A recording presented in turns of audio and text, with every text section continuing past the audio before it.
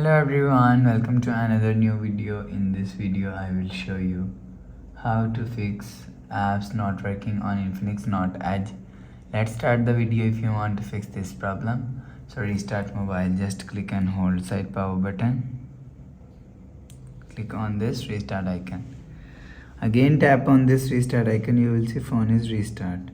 After restarting, enter phone pin. You will see your problem is solved. But if it not solved, if you want to fix this problem, so check internet connection is work properly. You will see your problem is solved. But if it's still not solved, click on settings app. Now in setting, scroll down and click on system and click on reset phone. Click on reset all settings, click on reset, enter phone pin, click on this icon. You will see your problem is solved. But if it not solved, click on settings app and click on my phone. You will check your software update is latest.